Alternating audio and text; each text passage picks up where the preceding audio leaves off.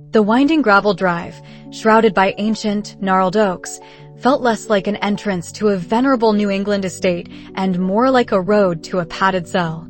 Elias Thorne clutched the worn strap of his duffel bag, the biting autumn air doing little to cool the knot of resentment in his gut.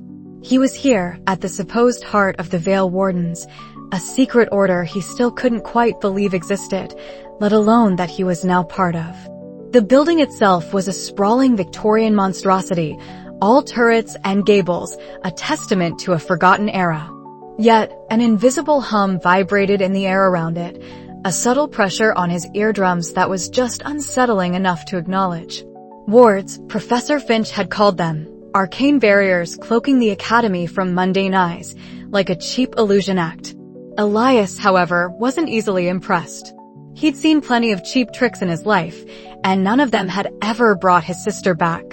"Welcome, Elias," a voice rumbled, pulling him from his sour contemplations. Professor Alistair Finch stood on the wide porch, silhouetted against the leaden sky. His silver hair was pulled back in a neat, severe ponytail, and his eyes, deep-set and piercing, seemed to take in every one of Elias's cynical thoughts. Finch was a man who looked like he'd walked out of a history book, anachronistic tweed, a heavy signet ring, and an aura of quiet, ancient authority that Elias instinctively distrusted. "Or should I say, Initiate Thorne," Finch continued, a faint, unreadable smile playing on his lips. "I trust your journey was uneventful." Elias snorted. "Uneventful unless you count the existential dread of realizing I'm actually buying into this whole magic thing." Finch's smile didn't falter. "Doubt is a formidable foe, Elias. But sometimes it's also the first step towards understanding." He gestured to the heavy oak doors. "Come inside. The other initiates are already settling in." The interior of the academy was a jarring blend of opulent antiquity and stark utility. Ornate wallpaper peeled in places, but modern, reinforced steel doors secured certain wings. Bookshelves overflowed with leather-bound tomes, some glowing faintly, alongside what looked like high-tech surveillance equipment. A hushed murmur of voices drifted from a large common room, punctuated by the occasional flicker of a strange, ethereal light. Elias was led to a Spartan room on the third floor. A narrow cot, a sturdy desk, and a small, sealed window. "Your quarters," Finch explained. "Dinner will be served in the main hall in an hour. We begin basic instruction tomorrow morning." "Basic instruction?" Elias echoed, running a hand through his perpetually messy dark hair. "So, wand-waving and chanting incantations? Like something out of a bad fantasy novel?" Finch merely raised an eyebrow. "It is far more complex than wand-waving, Elias. And far more dangerous. Tonight, rest. Tomorrow, you will begin to truly see." With that, he turned and left, his footsteps echoing softly down the grand, drafty corridor. The next morning arrived with a vengeance. Elias, still wrestling with the concept of spiritual energy and ethereal realms, found himself in a vast, high-ceilinged chamber that served as a training hall. A dozen other initiates, ranging in age from late teens to early 20s, stood in a loose circle. They seemed a disparate bunch. Some looked like academics, others athletes, and a few carried a subtle intensity that made Elias feel even more out of place. "Today, we begin with arcane wards," Finch announced, his voice carrying easily through the room. He held up a hand, and a shimmering, translucent shield of energy coalesced around his palm, pulsing with a faint blue light. A fundamental defense against lower-tier entities and spiritual incursions. It requires focus, intent, and the disciplined manipulation of your intrinsic spiritual energy. Elias watched, unimpressed. Finch began a series of intricate hand movements, chanting low, guttural words. The shield solidified, shimmering with increased intensity. "Now, attempt to replicate." A collective sigh went through the room. Most of the initiates closed their eyes, furrowing their brows in concentration. Elias, however, found himself entirely uninspired. He tried to mimic Finch's hand gestures, feeling utterly ridiculous. He thought of his missing sister, Amelia, and the desperate, illogical hope that had led him here. If this was the path to finding her, it was a pretty pathetic one. "Focus, Initiate Thorne," Finch's voice cut through his thoughts. Your skepticism is a barrier. Release it. Hard to release something that feels like the only sensible thing left, Elias muttered under his breath. He tried again, pushing, willing, hoping for something to happen. Nothing.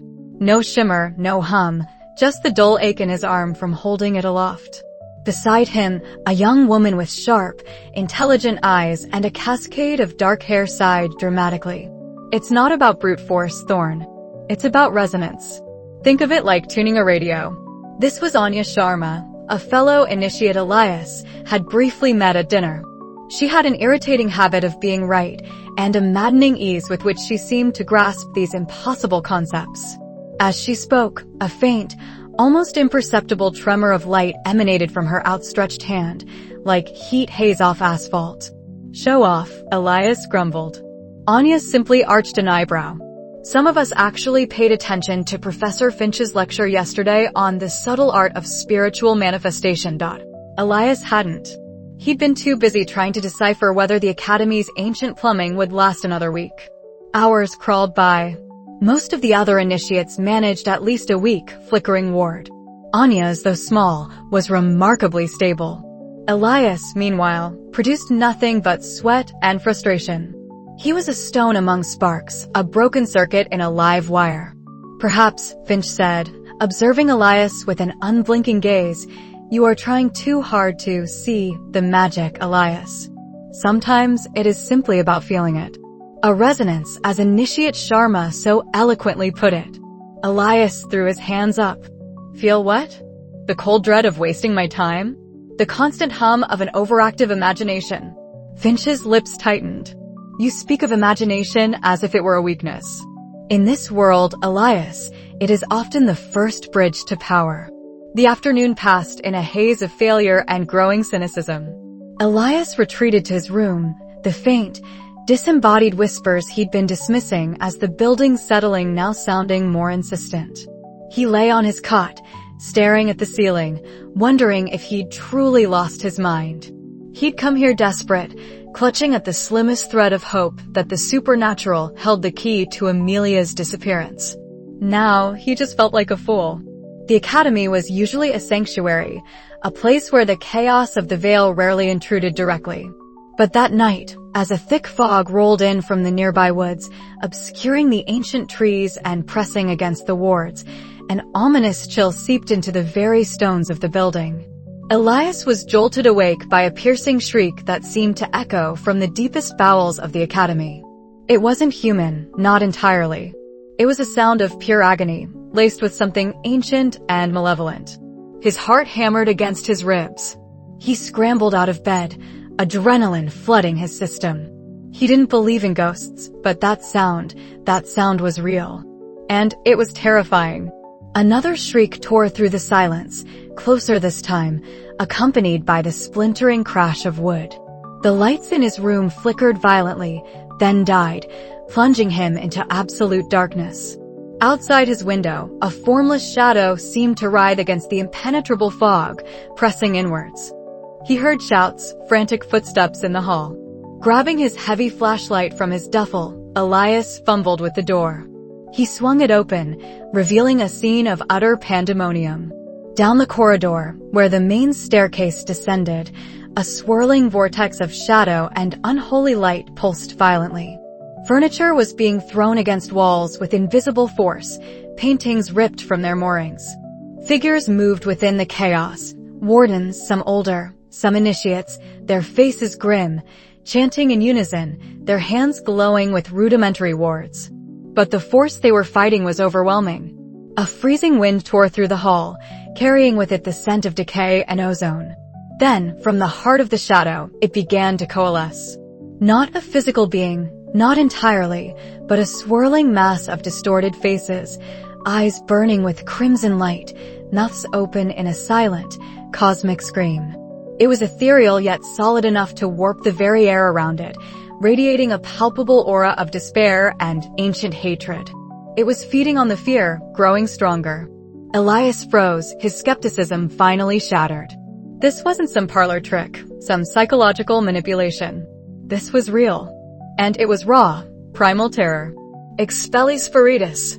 Finch's voice boomed from the base of the stairs, stronger than any spell Elias had heard before. A blinding burst of white light erupted from his outstretched hand, momentarily pushing back the encroaching darkness. But the entity merely recoiled, its form shifting, reforming, growing larger. It's a specter. A class 4. It's too strong for the outer wards.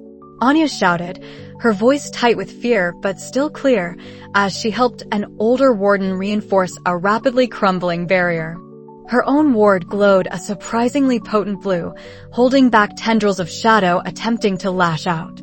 The entity let out another shriek, the sound vibrating in Elias's bones, threatening to tear him apart. It lunged, not at Finch, but at a terrified young initiate cowering behind a pillar. Elias didn't think. He reacted. He was an orphan who'd learned to rely on his street smarts, on observation, on instinct. And his instinct told him to move. He saw the pillar, the frightened initiate, the monstrous shadow bearing down. He saw the way the shadows pulsed, the way the ancient entity moved with a fluid, terrifying grace. As the specter surged, Elias found himself shouting. Not a spell, not an incantation, but something raw, guttural, a protective roar born of pure, unadulterated fear and a desperate will to intervene. He threw his empty hands out, a pathetic, futile gesture of defiance. But something happened. A faint, flickering barrier, weak as gossamer but undeniably there, sparked into existence between the specter and the initiate. It was a pathetic ward, barely a shimmer, but it made the entity pause, its distorted faces turning to Elias, a flicker of something akin to surprise in its burning eyes. It was a momentary reprieve, a split second of hesitation. Finch, seizing the opportunity, unleashed another, even more potent burst of spiritual energy. The specter shrieked, a sound of fury and pain, and finally, with a last, desperate thrash, it was forced back, dissolving into the swirling fog outside, leaving behind only the scent of brimstone and a chilling silence. The lights flickered back on, revealing the shattered remains of the hallway. Professor Finch stood, chest heaving, his face pale but resolute. Other wardens rushed to check on the initiates, a few looking shaken, others simply exhausted. Anya rushed over to Elias, her eyes wide. Thorne, what was that? Your ward, it was unexpected. Elias stared at his trembling hands, then back at the empty space where the specter had been. His heart was still hammering, but a strange, unsettling warmth coursed through him. He had done something. He had stopped it, even for a second. Finch approached him, his gaze intense. Elias Thorne, he said, his voice quiet but firm. You may doubt, you may resist, but you possess an innate connection. What you just manifested was raw, untamed. But it was real. He looked around the damaged hall. This is just the beginning, Initiate Thorne. The veil is thinning. This entity, it was an omen. And you, it seems, are very much a part of the coming storm. Elias, still trembling, looked at the destruction, the shattered furniture, the lingering chill in the air.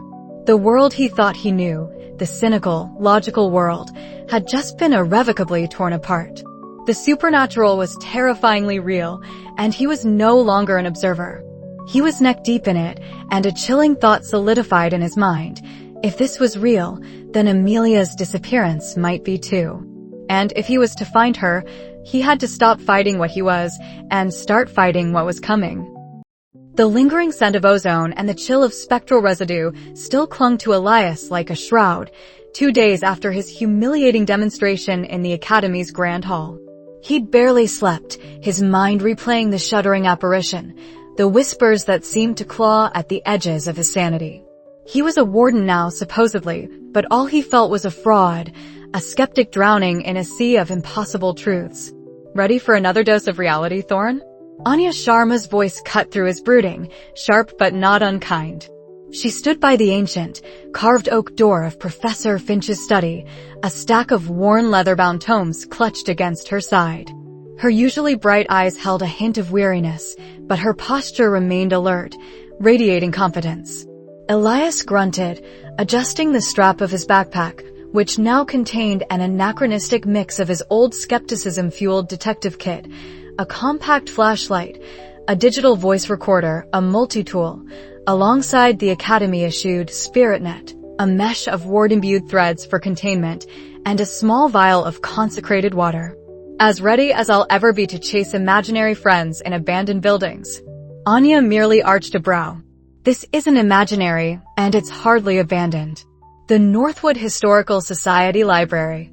Locals have reported a persistent chill and whispers for weeks. One particularly sensitive individual claims to have seen a child weeping in the nonfiction aisle. A weeping child? Classic, Elias muttered, but a familiar flicker of unease went through him. Amelia had been a child when she vanished. He pushed the thought down. What's Finch's read? He suspects a lingering echo, a sorrow wraith drawing power from collective grief and the building's historical weight.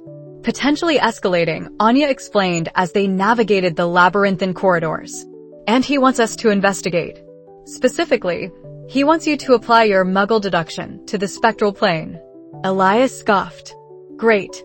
So, I'm the designated ghost whisperer with a magnifying glass. You're the designated anomaly, Anya corrected, her lips twitching in a faint smile. Finch believes your resistance, your groundedness, might offer a unique perspective. And apparently, my aptitude for ancient languages and defensive wards makes us a complementary pair. The Northwood Historical Society Library was a quaint, brick building nestled discreetly on the outskirts of the nearest New England town. Its sign, a faded scroll with elegant cursive, seemed to promise dusty silence and the scent of old paper. As they approached, however, an unnatural stillness descended. The air grew perceptibly colder, and the vibrant autumn leaves across the street seemed muted, their colors drained. Okay, I'll give you that, Elias admitted, pulling his thin jacket tighter. That's not just the weather report. The library was closed for the day, locked up tight. Anya produced a small, silver key from her pocket, etched with a barely visible sigil. Warden access. We're here as historical preservation consultants if anyone asks, though Finch cleared the area for our operation tonight.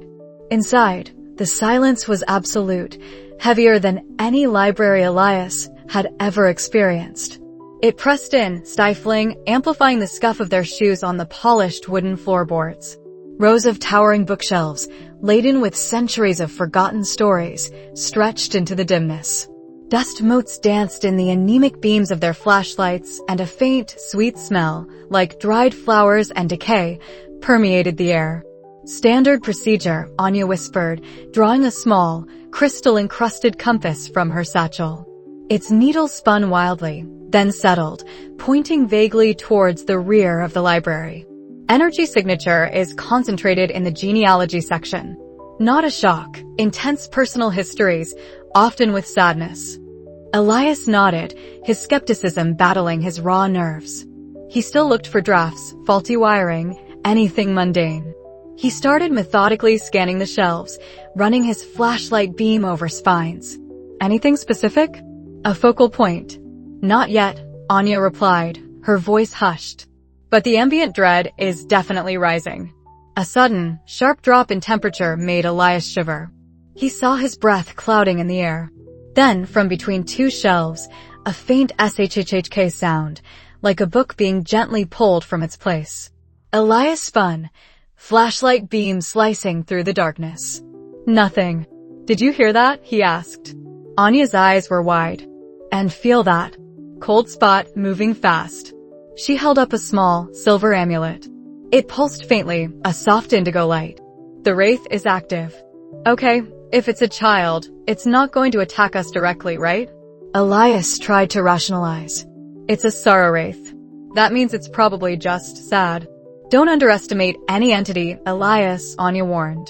Sorrow, when intense enough, can manifest violently. It feeds on fear, grief, doubt. Your own skepticism might be a buffet. Elias felt a prickle of unease. He pushed it aside, his detective instincts kicking in. If it's a child, maybe it's attached to something. A specific book, a toy, an old photograph? What do children usually lose or mourn? They moved deeper into the genealogy section. Whispers, faint as rustling leaves, seemed to coil around them, just beyond comprehension. Elias strained to hear, but it was like trying to catch smoke. He pulled out his voice recorder, logging ambient auditory phenomena. 0 discernible words, only hushed, sorrowful tones. Suddenly, a row of books on a lower shelf slid out, clattering to the floor. Elias jumped, heart hammering. Anya, quicker, thrust her hand forward, a faint golden light blossoming around her palm. Expelli-Spiritus, she intoned, her voice firm. The books vibrated, then slowly, eerily, began to rise back onto the shelf. But a faint, shimmering outline, like heat haze, drifted away from them, further into the stacks. It left behind an even colder pocket of air, laced with a scent that now seemed distinctly like old tears and despair. "It's retreating," Anya said, lowering her hand, a sheen of sweat on her brow. It sensed the ward. But it's strong. Stronger than an average echo. And Expelli-Spiritus just puts things back? Elias frowned. No offense, but that's not exactly vanquishing evil. Anya sighed. It's a low-level containment and dispersal ward. We're not here to destroy it, not yet. Finch wants to understand it first. And you, Elias, are supposed to be helping with that understanding. She eyed his notepad. Any brilliant Muggle insights? Elias stared at the empty page. His rational mind was flailing. He knew what was happening, but not why or how to approach it beyond primitive magic that barely worked. Back at the academy, Professor Finch met them in his study, a room steeped in the scent of aged parchment and something herbal. He listened patiently to their report, stroking his neatly trimmed beard. You detected movement, Anya, and suppressed it. Commendable. He turned to Elias, his gaze sharp and piercing. And you, Elias? What did you deduce? Elias felt a flush of frustration. I deduced it was cold, things were moving on their own, and there were whispers. My recorder picked up nothing specific. My logic can't explain a weeping child ghost, Professor. Finch chuckled, a low, rumbling sound. Logic, Elias, is not solely about what you see or hear with your mundane senses. It is about patterns, connections, the undercurrents. You focused on the surface, on the noise. But what about the silence? The silence, Elias repeated, bewildered. Yes. What was missing? What emotion, what intention, did you discern in its retreat? Anya used a ward of dispersal. But what drove it to retreat? Fear? Anger? Or perhaps, an even deeper sorrow? Finch leaned forward, his eyes glinting. You want to find your sister, Elias. She disappeared into this world, did she not? You think logic won't help you there? Amelia was flesh and blood. But now she exists in the liminal spaces, where the rules bend. You must learn to bend with them. Your magic is nascent, yes. But your mind, Elias, is a powerful instrument. You just need to tune it to the right frequency. Elias frowned, replaying the encounter. The retreating shimmer. The overwhelming sense of despair. It felt weary, he admitted slowly. More than just sad. Like it was tired of being sad. Precisely, Finch said, a satisfied smile touching his lips. It is not aggressive. It is clinging. It wants to be found, but it lacks the strength or the will to reach out. It is an echo, Elias, yes. But an echo seeks to resonate. What does this echo seek to resonate with? Finch pulled out a thick, leather-bound book, its pages yellowed and brittle. He opened it to a page filled with arcane symbols and intricate diagrams. There is a rudimentary spell, a spirit sight ward. It doesn't banish, it doesn't harm. It merely enhances your perceptive abilities to better discern the lingering emotional imprints left by these entities. It's not about forcing the magic, Elias. It's about allowing it to flow through your intuition. He pointed to a small, interwoven sigil. Focus on this. Don't just see it. Feel its purpose. Elias spent the next few hours in the Academy's quiet study chamber, attempting to meditate, to visualize.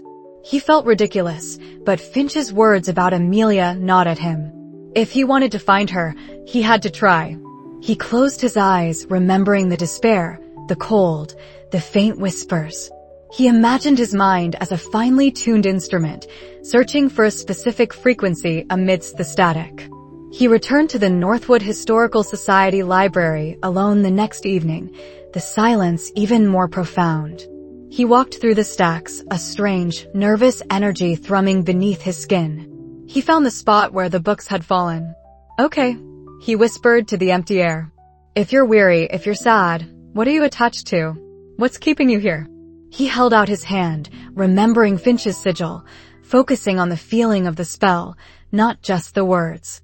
"Spiritus visio," he murmured, the words feeling foreign, yet subtly resonant. A faint tingle spread through his palm, up his arm. The air around him seemed to warp, shimmer. Colors became more vibrant, shadows deeper. He blinked. It was like looking through a different lens. He moved slowly, his enhanced sight now picking up faint trails of shimmering, opalescent light, residual energy. The cold spots weren't just cold, they were distortions in the air, swirling vortices of blue-gray. He followed the most concentrated trail, deeper into the genealogy section, past the spot where Anya had used her ward. The trail led him to a small, forgotten display case tucked away in a dimly lit corner. Inside, amidst dusty old coins and yellowed postcards, sat a tarnished silver locket. It was open, revealing two faded photographs, a stern-looking man and a somber woman. But Elias's gaze was drawn not to the photos, but to a small, intricate symbol etched into the back of the locket, a swirling knot, almost like an infinity sign, but with 3 distinct loops. As he focused on the locket, the air around it shimmered violently. He saw it now, a faint, translucent outline of a small figure, its head bowed, tears shimmering on its spectral cheeks. It wasn't menacing, just profoundly sad, clinging to the locket. The raw grief was palpable, a physical ache in his chest. Suddenly, a whisper, clear as a bell, entered his mind. Not through his ears, but directly into his consciousness, laced with an ancient, forgotten tongue. He didn't understand the words, but the meaning was clear, a name, a plea, a longing for something lost. He snapped a photo of the locket and its symbol with his phone. His breath hitched as he stared at the image. The symbol on the locket, he'd seen it before. A small, wooden toy box sat in the attic of his childhood home, a place he hadn't dared to touch since Amelia vanished. Inside, amongst her forgotten treasures, was a small, hand-carved wooden bird. And on its wing, a symbol, crudely etched by a child's hand. The exact same 3-looped knot. Elias clutched his phone, the image of the locket and its eerie symbol burning into his mind. The cold from the sorrow wraith no longer felt like a general chill, but a specific, terrifying dread. This wasn't just another haunting. It was a thread, ancient and sinister, connecting the supernatural world he'd been dragged into to the one thing that truly mattered, his sister. And the chill that ran through him now was not of the spirit, but of a dawning, terrible realization. The academy grounds hummed with an unfamiliar tension, a discordant note beneath the usual mystical tranquility. The manicured lawns seemed a shade paler, the ancient oak trees a little more gaunt against the bruised New England sky. Elias felt it acutely, the way a discordant frequency grates on the ear, even if the source remains unseen. Veil breaches were escalating. Reports filtered through the common rooms, hushed conversations among senior wardens about spikes in spiritual activity, aggressive incursions, and entities far older and more powerful than the garden-variety specters they usually dealt with. Elias, however, was still struggling with rudimentary spells. He could manage a flickering, unreliable arcane ward around a teacup, but trying to channel true Expelli-Spiritus felt like wrestling a live eel. The energy would either dissipate into a pathetic puff of static or lash out uncontrollably, once singeing Professor Thorne's eyebrow during a demonstration. The man had merely sighed, adjusted his monocle, and muttered something about unconventional spiritual resonance. "It's not resonance, Professor," Elias had grumbled later to Anya, who was effortlessly inscribing complex wards on a practice dummy. "It's a spiritual tantrum. I think the magic hates me." Anya, as usual, offered a logical counterpoint. "Perhaps you're trying too hard to force it, Elias. Think of it less like a switch, more like a river. You need to guide the current, not dam it." She paused, her dark eyes, framed by stray strands of hair, flicking up from her work. "The wardens are stretched thin. Professor Finch mentioned yesterday that 2 teams are out investigating a new manifestation in upstate New York. The air feels heavier." Elias nodded, rubbing the back of his neck. Even he, the skeptic, could feel it. The pervasive sense of dread wasn't merely psychological. It felt like a cold, invisible hand on his spine. He'd spent the last few days in the Academy's library, not on assigned readings, but poring over ancient texts Finch had discouraged them from accessing, those detailing primordial entities, forgotten rituals, and the fragile nature of the Veil itself. His Muggle deduction skills kicked in, seeking patterns, connections that the arcane texts weren't explicitly stating. He felt like a detective assigned to a murder case where the victim was killed by a phantom. What if these entities aren't just popping up randomly? Elias mused aloud, turning a page in a crumbling tome. What if something is calling them? Or making it easier for them to cross? He traced a finger over a faded illustration of a serpentine creature writhing through a shimmering barrier. The veil isn't just getting thin. It feels like it's being actively peeled back. Anya looked intrigued. Professor Finch did mention a deliberate manipulation of interdimensional resonance in his lecture on pre-Hellenic conjuration cycles, though he dismissed it as theoretical. Finch dismisses everything as theoretical until it bites him, Elias scoffed, then immediately felt a pang of guilt. Finch had been surprisingly patient with him, pushing him to integrate his mundane logic with the nascent magic. But a deliberate manipulation, that implies a manipulator. Someone with the knowledge and the power. Or something, Anya corrected. The texts speak of ancient forces that transcend individual will, entities that merely are, whose awakening can destabilize reality. Their conversation trailed off as a senior warden, grim-faced, strode past, muttering into a communication crystal about Sector 7 breaches and containment failure. The growing chaos ignited a different kind of spark in Elias. This wasn't just a challenge for the Wardens, it felt personal. He thought of Amelia, of the gnawing impossibility of her disappearance, and the sudden, chilling realization that this escalating supernatural threat might not be separate from her fate.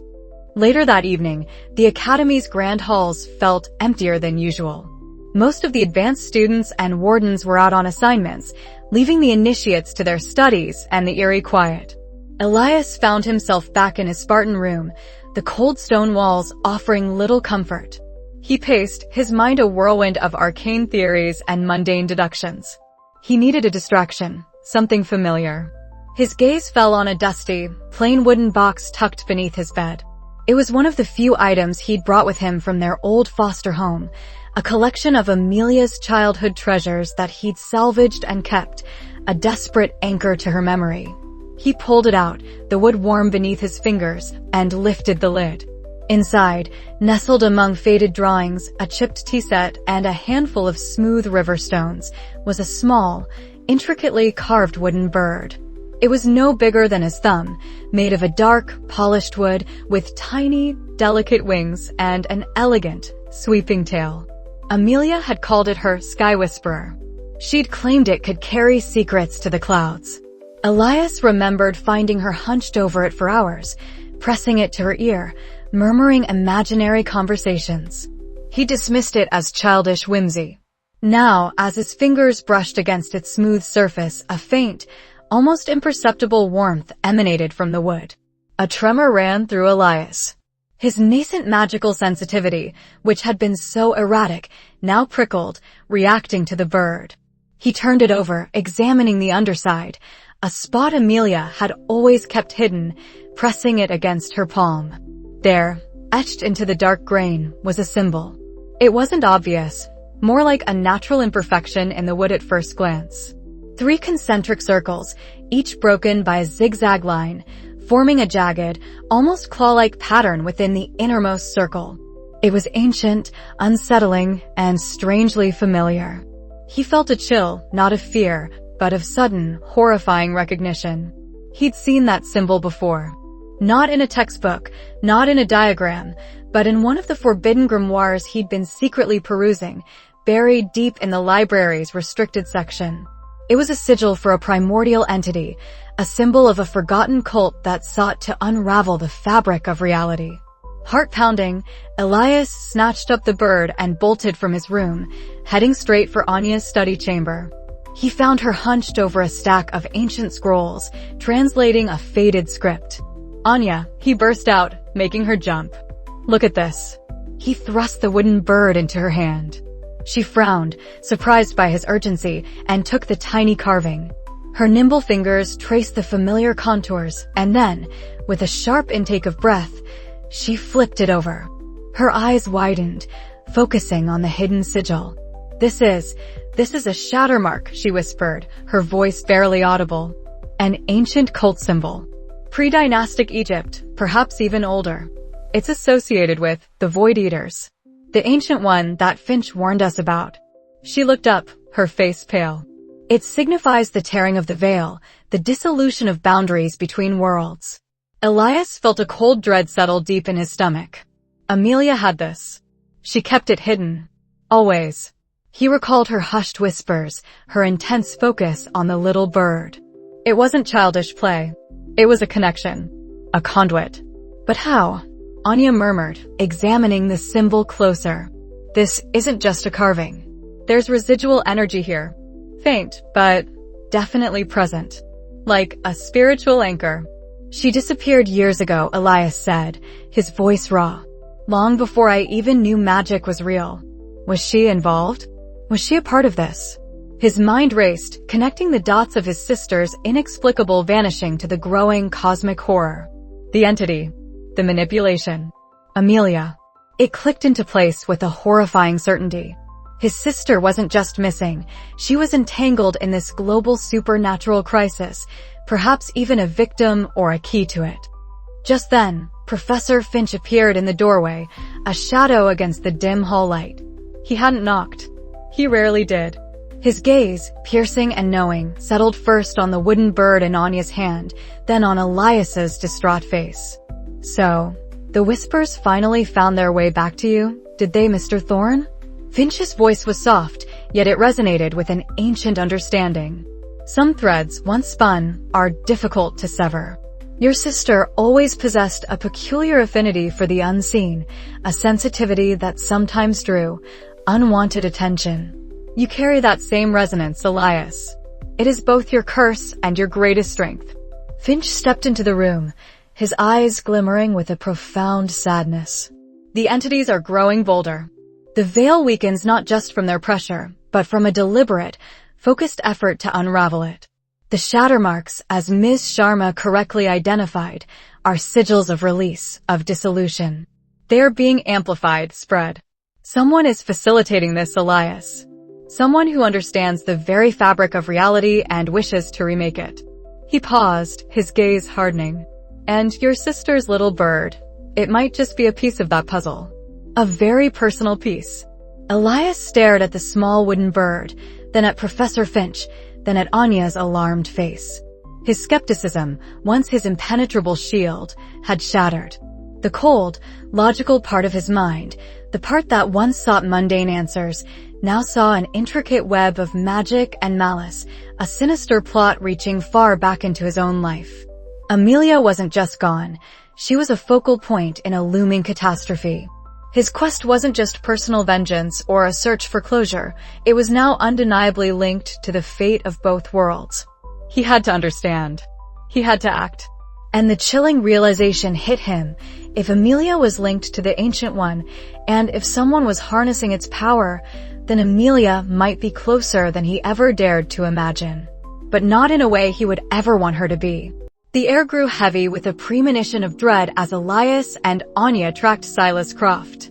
Amelia's compass, warm against Elias's palm, vibrated with frantic urgency, its needle spinning wildly before settling on a decaying northeasterly heading. It led them far from the Academy's protective wards, through winding New England roads that dissolved into overgrown tracks, until they reached the desolate coastline. Perched precariously on a jagged cliff overlooking the churning Atlantic stood a derelict lighthouse, its lantern long shattered, its whitewashed brickwork stained with salt and grime. A storm was brewing, not just in the bruised, purple sky, but in the very fabric of reality around the tower. The veil was thinning here, stretched taut and thin as gauze, humming with a malevolent energy that prickled Elias's skin like static electricity. "This is it," Anya whispered, her hand instinctively going to the small pouch of blessed salt at her belt. Her eyes, usually so sharp and analytical, were wide with a mixture of fear and grim resolve. "The spiritual residue. It's unlike anything I've ever felt. So raw, so hungry." Elias nodded, his jaw tight. The compass throbbed, beating like a panicked heart. He could feel the proximity of the ancient entity, a vast, hungry void that echoed the one in his dreams. But more pressingly, he could feel Silas. The former warden's presence was a cold, sharp blade, radiating power and a chilling certainty. They moved with practiced stealth, a silent dance honed over weeks of observation and quiet training. Anya's mastery of defensive wards was subtle yet potent, weaving illusions of natural shadow that allowed them to approach undetected. As they neared the lighthouse, the unnatural gloom deepened. The air tasted of ozone and ancient dust, and the faint, rhythmic chanting grew louder, a low, guttural thrumming that resonated in Elias's bones. They found Silas in the gutted lantern room, high above the crashing waves. Moonlight, filtered through the gaping holes where glass once stood, illuminated him like a macabre stage actor. He stood at the center of a complex sigil etched into the floor with what looked like dried blood, his robes swirling around him. The ancient entity, or at least a powerful manifestation of its influence, writhed around him. It wasn't a single, defined shape, but a miasma of shadowy tendrils, whispered voices, and eyes that glowed with primordial malice, pressing against the already weakened veil. Silas, illuminated by the otherworldly light, looked utterly transformed.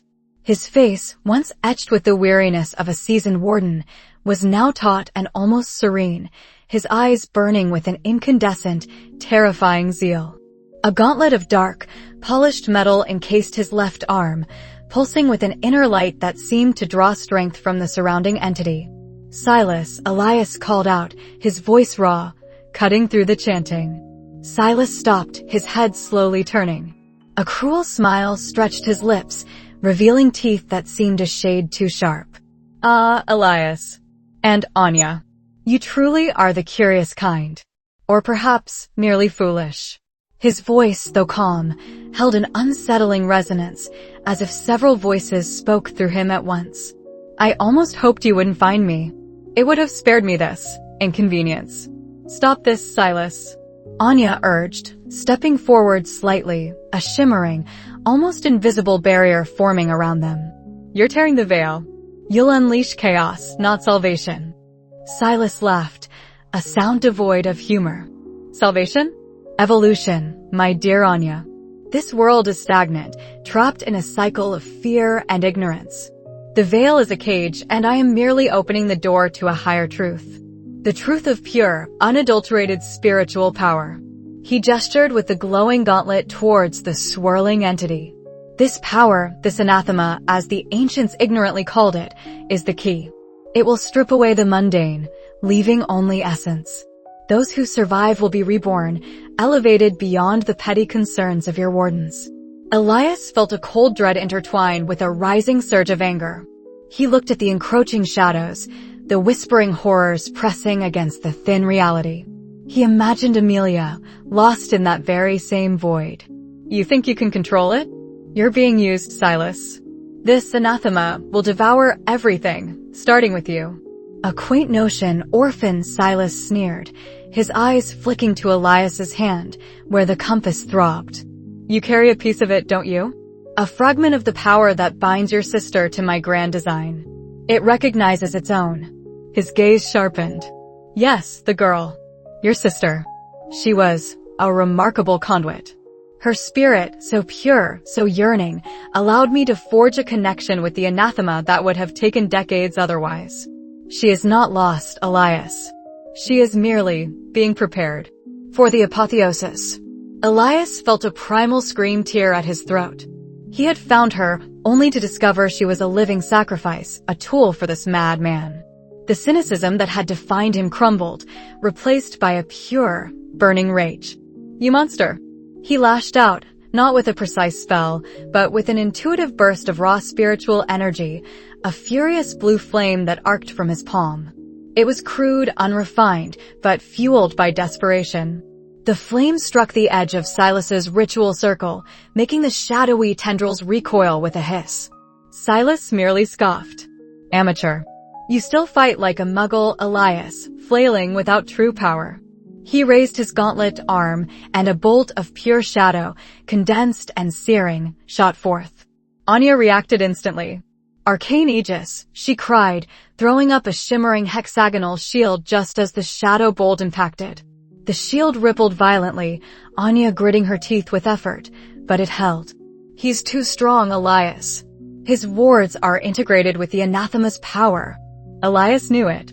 His rudimentary Expelli-Spiritus would barely graze Silas's defenses, especially not with the ancient entity bolstering him. But he had to try. He focused, drawing on his own spiritual energy, visualizing the spell, but also remembering the cold logic of the detective, the precise aim, the weak point. He ducked under another shadow bolt that blasted a hole in the lighthouse wall, sending ancient mortar dust flying.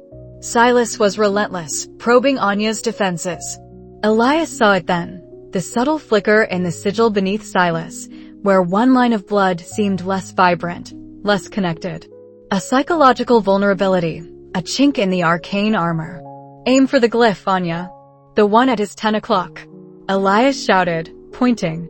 Anya, ever quick-witted, understood. While maintaining her shield, she manifested a focused blast of her own, a silvery projectile of pure force, aiming for the spot Elias indicated. It struck, not directly affecting Silas, but causing the sigil to momentarily dim. That was Elias's opening. He didn't just cast. He analyzed. He saw the flow of energy, the subtle connection between Silas, the sigil, and the monstrous entity. He remembered the basic Muggle principles of disrupting a circuit, of finding the leverage point. He poured his frustration and his grief into his next action, letting intuition guide his hands. He didn't chant a full incantation. Instead, he channeled raw, desperate power through his intent, focusing on disruption. He flung a hand forward, not with a precise spell, but with a torrent of wild, unshaped energy.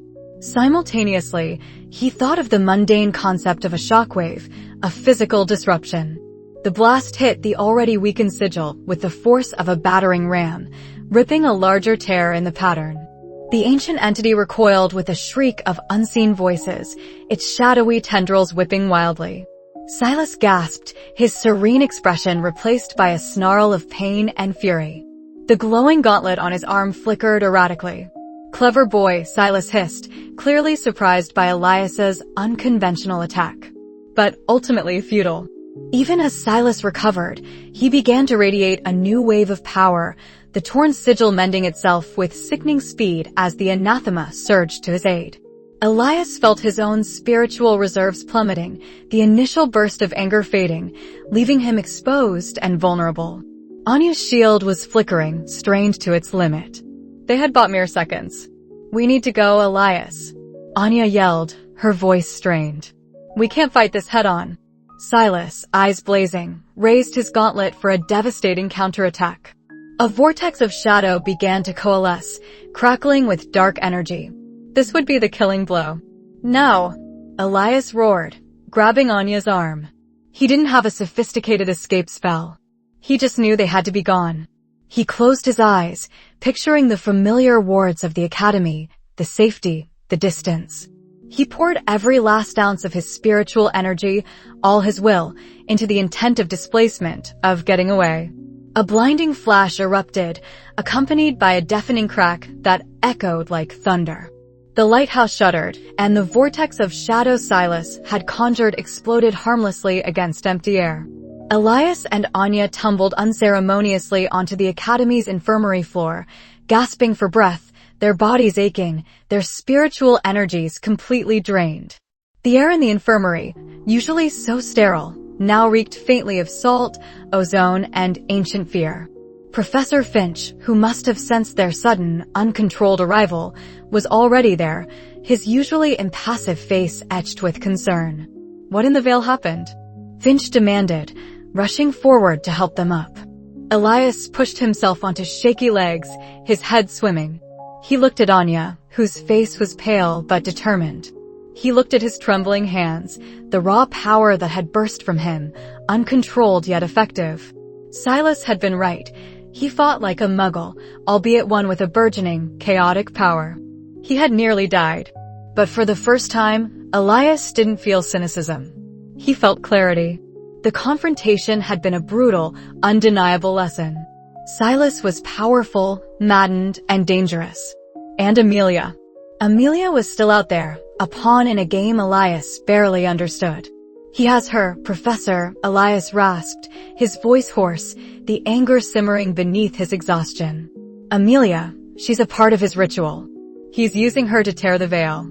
He looked at Anya, a silent understanding passing between them. "I need to learn how to fight, truly fight. Not just throw random sparks. Not just rely on luck." Professor Finch studied him, a flicker of something akin to approval in his usually distant gaze. "And how do you propose to do that, Elias? You've seen the limits of your raw power against Silas Croft's mastery." Elias met Finch's gaze, then turned to Anya, a determined fire replacing the fear in his eyes. "I fight like a Muggle, you said," Silas said. "Fine. Then I'll fight like the best damn Muggle detective who ever lived, and I'll arm myself with every arcane ward, every spiritual expulsion, every cursed artifact I can find. I'll blend the logic, the deduction, the strategy, with the magic." He clenched his fists, the phantom sensation of Amelia's compass still burning in his palm. "Anya," he said, turning fully to her, "you've seen my flashes of something. You understand the arcane. Help me refine this. Help me control it. Help me make my hybrid approach a weapon. A precise, deadly weapon." Anya, despite her exhaustion, gave him a small, fierce smile. "It's about time, Thorne. Consider it done." Professor Finch merely nodded, a slight, knowing curve to his lips. "Good. Because Silas Croft is not waiting. I sense the veil is thinner now, the incursions more frequent. He is accelerating his plan. Time, it seems, is no longer on our side." Elias looked towards the infirmary window, at the distant, bruised horizon where the lighthouse stood. He wasn't a skeptic anymore. He was a warden, a detective of the impossible, and he had a sister to save. He had to master this wild, unpredictable magic. And he had to do it fast, because the next time he faced Silas, there would be no escape. The air thrummed with a discordant hum, a raw static electricity that prickled Elias's skin and set his teeth on edge. He and Anya emerged from the shadowed trees, their boots crunching on fallen leaves, into a clearing bathed in an unholy, violet glow. In the center stood Silas Croft, his back to them, surrounded by a swirling vortex of shadow and crackling energy. He wasn't just observing a ritual. He was part of it, his arms outstretched, eyes burning with a manic intensity. Before him, suspended within the swirling tempest, was a shimmering, almost translucent figure. Amelia. A choked gasp escaped Elias. Her form flickered, a phantom caught between worlds, her face pale and devoid of life, yet undeniably her. Silas's ambition had truly twisted beyond recognition. He wasn't just pulling the veil apart. He was using Amelia as a living conduit, a sacrifice to fuel his twisted evolution. "Silas." Elias's voice, rough with fury and fear, cut through the thrumming energy. Silas turned, a slow, predatory smile spreading across his face. His eyes, usually sharp, were now tinged with the same violet energy that pulsed around him. "Ah, Elias Thorne.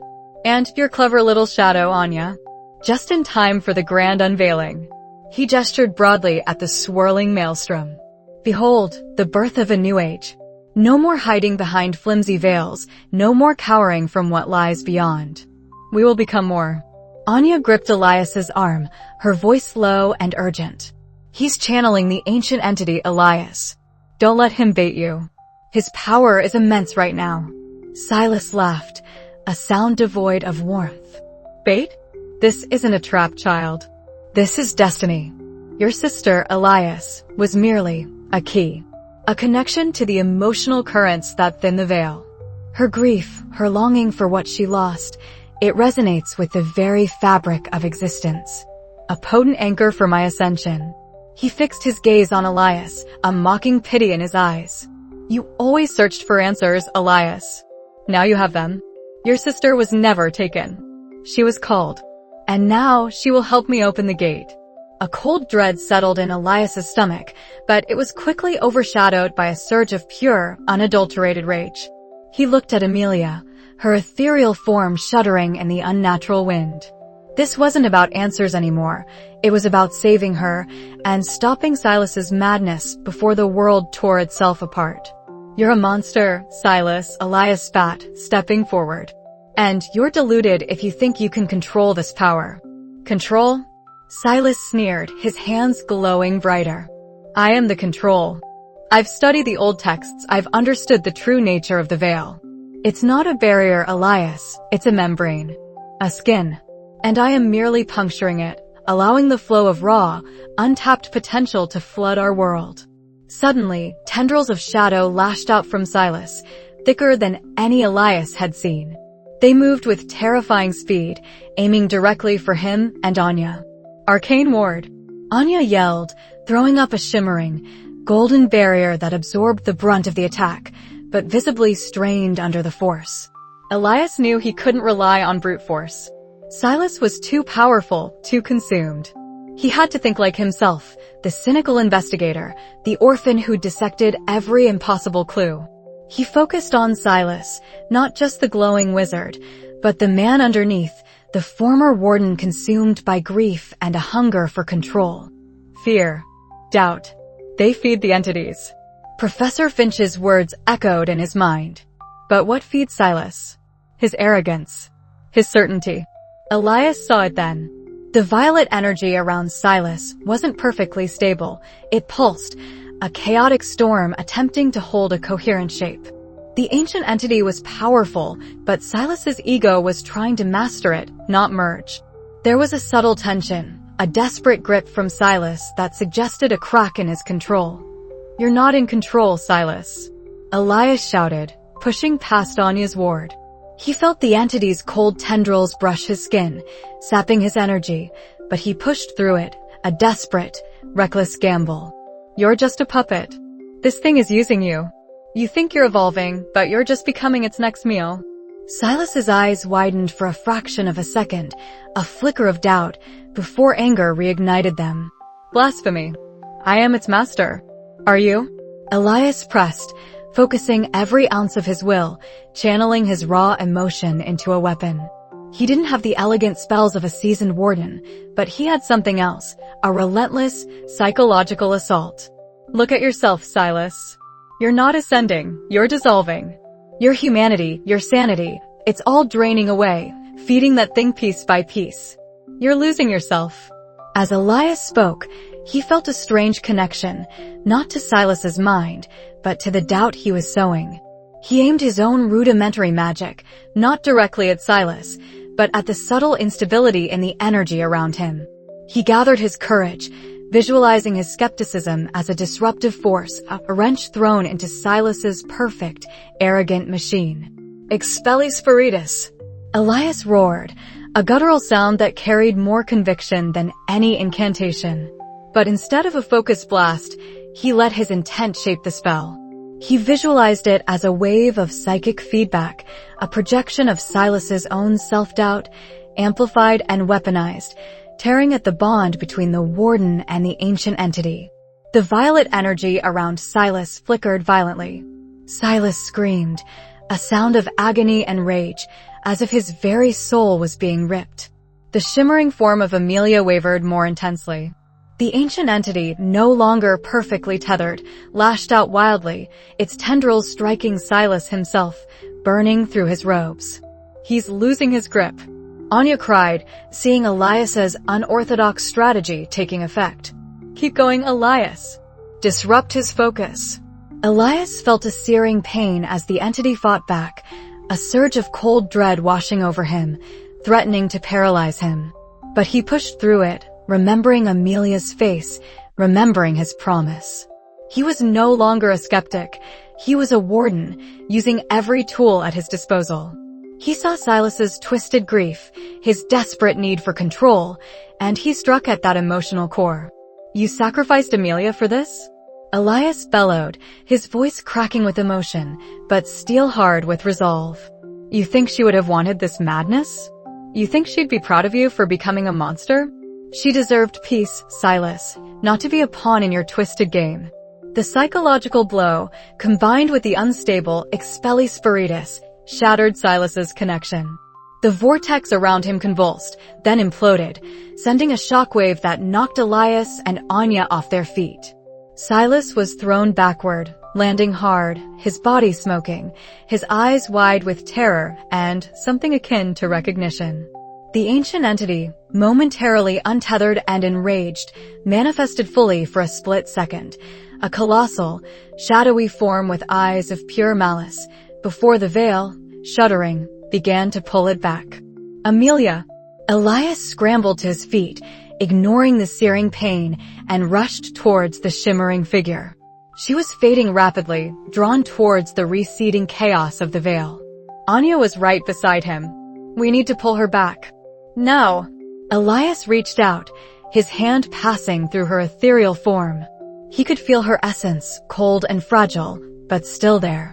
He closed his eyes, remembering her laughter, her face, the way she used to braid his hair.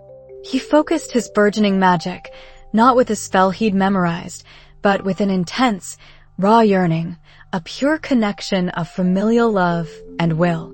He wasn't pushing a spell, he was pulling his sister. "Amelia, come back," he whispered, his voice hoarse. "Don't leave me again." A faint warmth bloomed at his fingertips. He felt resistance, the veil trying to claim her, but Elias pushed harder, pouring every ounce of his spiritual energy, every memory, every promise, into the desperate act. A faint light emanated from his hand, merging with Amelia's form. Slowly, impossibly, she solidified. Her spectral edges firmed, her color returned, and she collapsed into his arms, a weight, real and tangible. She was unconscious, pale but breathing. Saved. Elias held her close, tears blurring his vision. Relief washed over him, a powerful wave that almost buckled his knees. He had done it. A rustle in the trees announced Professor Finch, who emerged, his face grim, but his eyes alight with a profound understanding. He surveyed the chaotic clearing, the smoldering remains of Silas's ritual, and the still, defeated form of Silas himself, now lying unconscious and diminished. "A brilliant display, Elias," Finch said, his voice quiet, filled with respect. "Your unique approach, it was precisely what was needed." He knelt beside Silas, examining him. The entity rejected him. "Silas Croft is broken, his power shattered. He will be secured." Elias looked down at Amelia, cradled safely in his arms.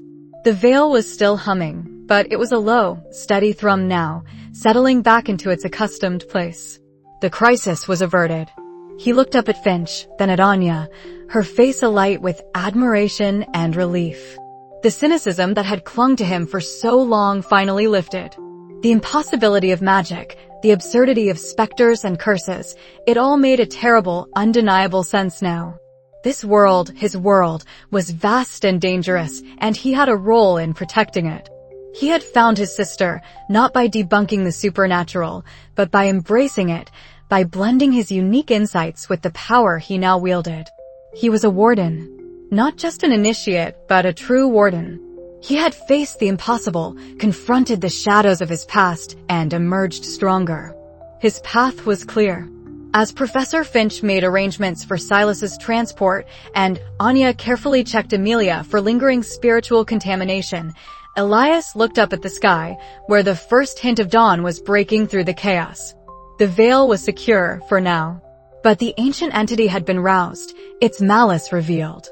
Silas might be defeated, but the shadows he had stirred would linger. The fight was far from over. Elias had saved his sister, but in doing so, he had truly stepped onto the battlefield. He wondered how many more secrets lay hidden, waiting to be unearthed, in the fragile balance between their world and the unknown. And what other echoes of that ancient evil would rise again to challenge the Veil Wardens?